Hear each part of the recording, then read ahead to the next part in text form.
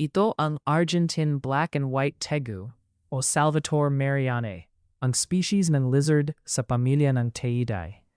Sila ay opportunistikong mga omnivore.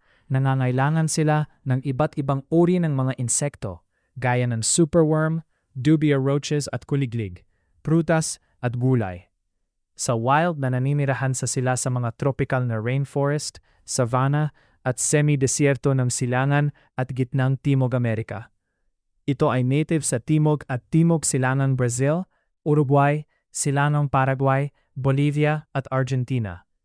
Maari mo na rin silang makita sa mga local pet shop. Bago mag-alaga, ugaliin ang pagsasaliksik dahil ang tegu ay lumalaki ng 3.5 hanggang 4.5 feet at nabubuhay sa loob ng 15 hanggang 20 taon at pwedeng umabot ng 30 taon kung maalagaan ng tama.